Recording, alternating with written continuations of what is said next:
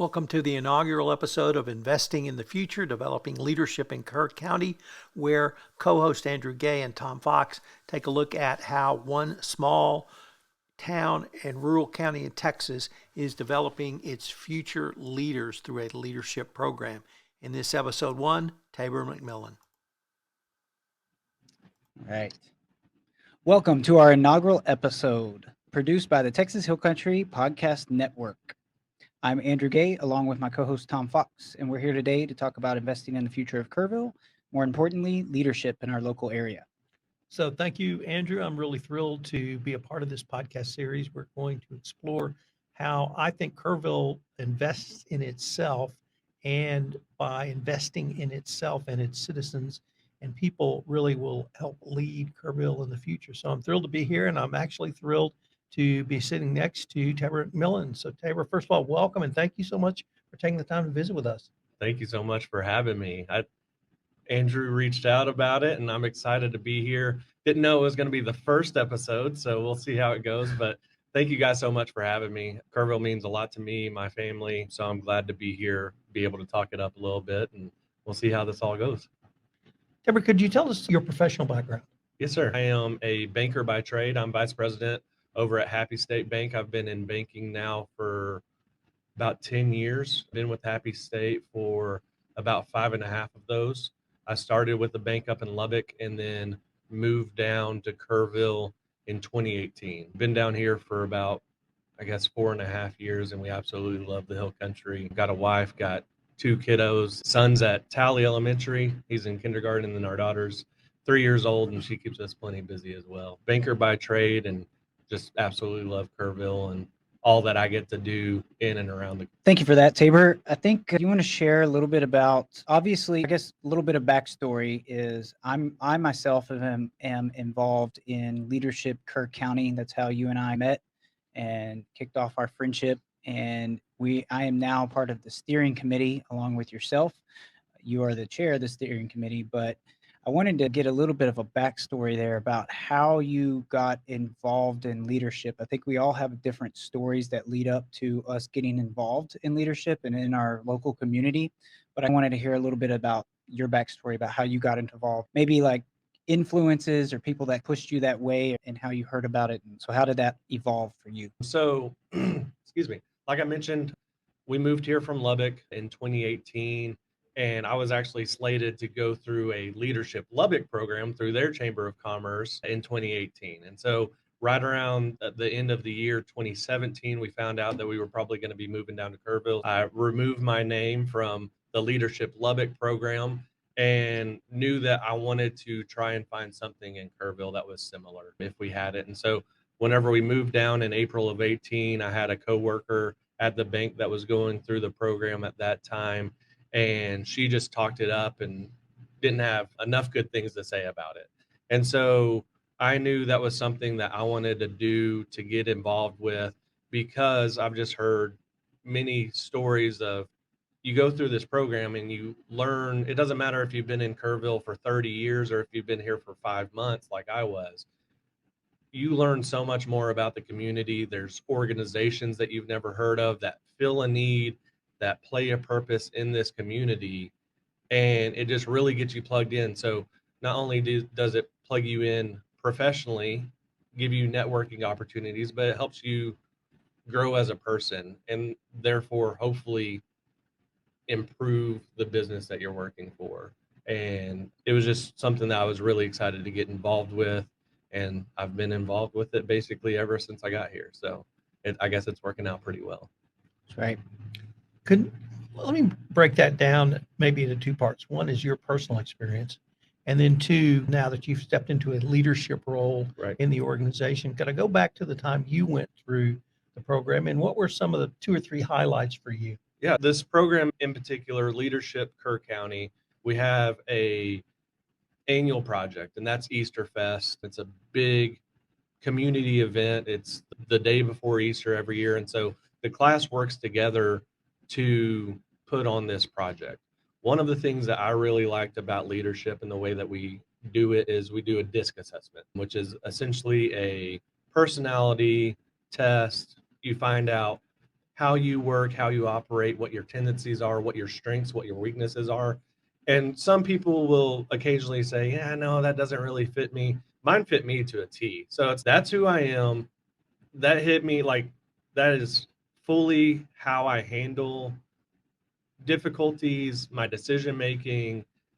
And so it was cool to see what my tendencies are, where my weaknesses are, but where I can improve. It also helped me know how to deal with people who have different types of personalities. So if somebody's very quick to the point, I need an answer now. That's not necessarily me. I like to think things through and then act. But it helped me learn how to handle those people are I need an answer. And so it helped broaden my thought process outside of I just do things because that's the way I do them. It helped me learn how to handle different types of personalities as well. And then going back to Easter Fest, it was really cool to see how all these different people from different facets of life, different industries come together and put on this project. And it doesn't matter if somebody's involved and they're a big CEO at one of the organizations here in town, or if they're more of an entry level type of position. We take people from all different types of industries, all different levels of positions through this leadership program. If your business believes that you have leadership qualities and you can be a leader for this community, we want to try and get you through the program. It is an application-based program. We don't take everybody that we get, which is a good thing. We don't want it to be something where anybody can apply and you're in automatically. We want to be selective, which makes our job a little bit difficult.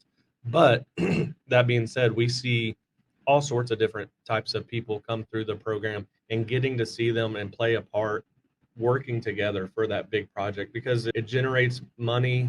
Each class gets to donate their proceeds that they raise through Easter Fest to the nonprofits of their choosing.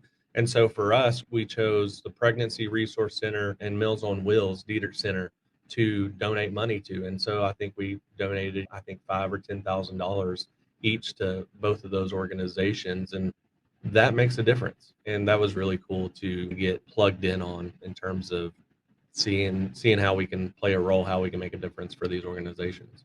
Yeah.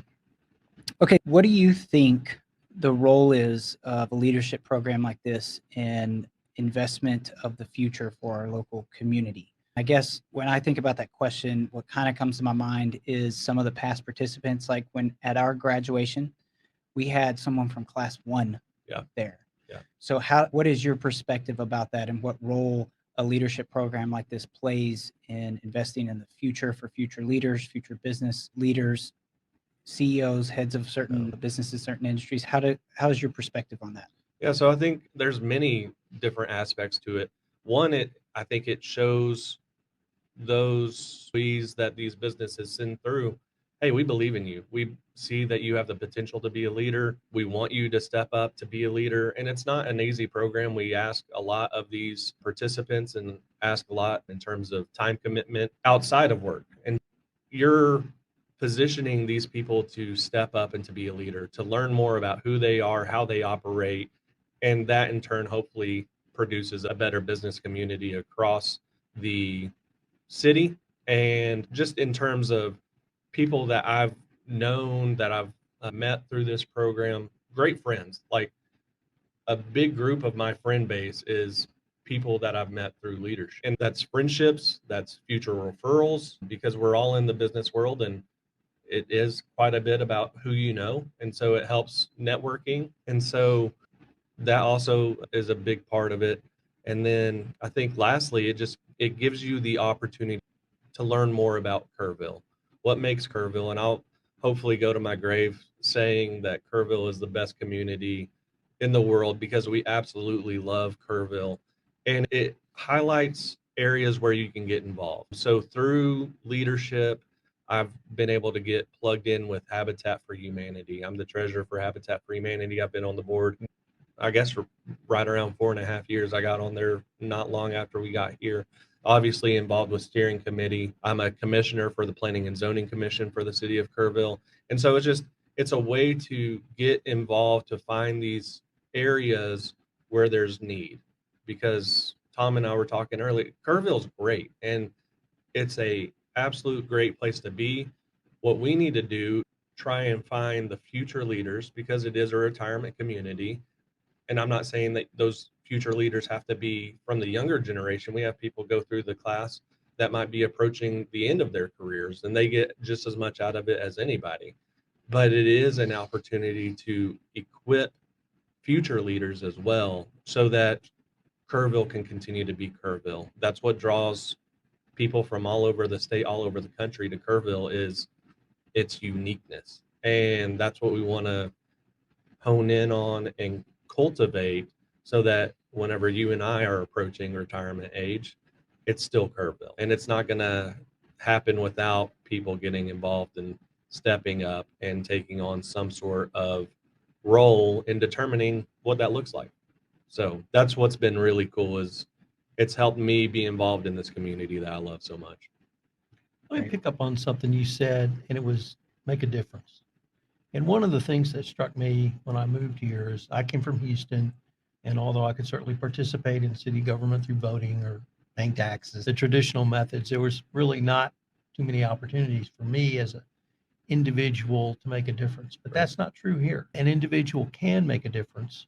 And I want to point to the one example that struck me the first was a few months after we moved here, there was a city council election, and there was a candidate who was in his, and he made that the showpiece of his campaign. I'm a new voice, give me a chance. Right. And he got elected. And I thought, how great is that? That somebody in their mid 20s can feel like I can step up and be a part of the leadership of this community. And then the more I read the paper and talked to people, you really can make a difference. An individual can make a difference here, and they can make a difference in anything from arts to sports to water conservation to Habitat to Humanity, and probably 150,000 things in between. Right. So I wondered maybe if you could talk about how the experience of the leadership program can help people to make a difference in the area they are passionate about. Yeah, we go through, it's a 9-month course. We meet once a month. It's usually on Tuesday. It's all day, and we highlight a different area of Kerrville each month. So last month it was Education Month. So we hear from principals at the school districts. We toured the new middle school, which is pretty phenomenal. We went out to Ingram and spoke with their leadership as well. And then next month, it's Economic Development Day. And so we're going to learn about some of the big corporations that are here, that are bringing in employment, that have plans for big development. That being said, each month is something a little bit different, right? And so if I might not get a ton out of Education Day, maybe I'll get more out of Economic Development Day, because we all have different personalities. But we also highlight different organizations, different needs, whether it's the KEDC or Kerrville Economic Improvement Corporation. There are all of these things that go into making Kerrville better. And it's stuff that I didn't know about before I got involved, in terms of the 4B sales tax, of these portions of the dollars go to improving Kerrville. There's essentially a board that gets to determine where we spend those dollars. The river trail was funded from those dollars, and that's a quality of life improvement that people get to play a role in, that you get to go and you can have your voice heard. You can go to those meetings. We also encourage our class members to, it's a requirement that they have to go to either city council, planning and zoning, school board meeting, some sort of community public hearing meeting, so that they can show up and see, this is how it works. This is how your voice can be heard. And we, at planning and zoning, I've got a planning and zoning meeting tomorrow. Those public hearings can sometimes last 2 or 3 hours. And it's because people care about Kerrville. And that's why whenever I first got on the commission, I wanted to make it very clear, I'm on here because I love Kerrville, and I want to make sure that Kerrville remains Kerrville. We don't want it to change. It's unique and it's great, but we have to be aware and thoughtful in how we handle our planning and zoning going forward. And so that being said, each month we get to see a little bit different of an aspect of the city. One month in particular that really I think piques people's interest is the nonprofit day. And I think that's in April. And so we'll have probably 20 different nonprofits come out and talk to us about what role they play in the community, because those nonprofits are the gap fillers of where the private sector and the public sector don't necessarily open. You get a Habitat for Humanity or a United Way or whatever the case is, and those still play a very important role. And I think that's the day where most of the class is going to say, oh, okay, this is something I can get behind, whether it's Habitat or Kerrville Pets Alive, whatever, they're passionate about, because I'm a full believer of, you don't just need to get involved to be involved, you need to get involved for something that you're passionate about. And so that's why I've done Habitat for Humanity. This is Tom Fox again. Thank you so much for listening to this episode. We look forward to visiting with you again on future episodes and hope that you will use this business model for your town to develop its own leadership program.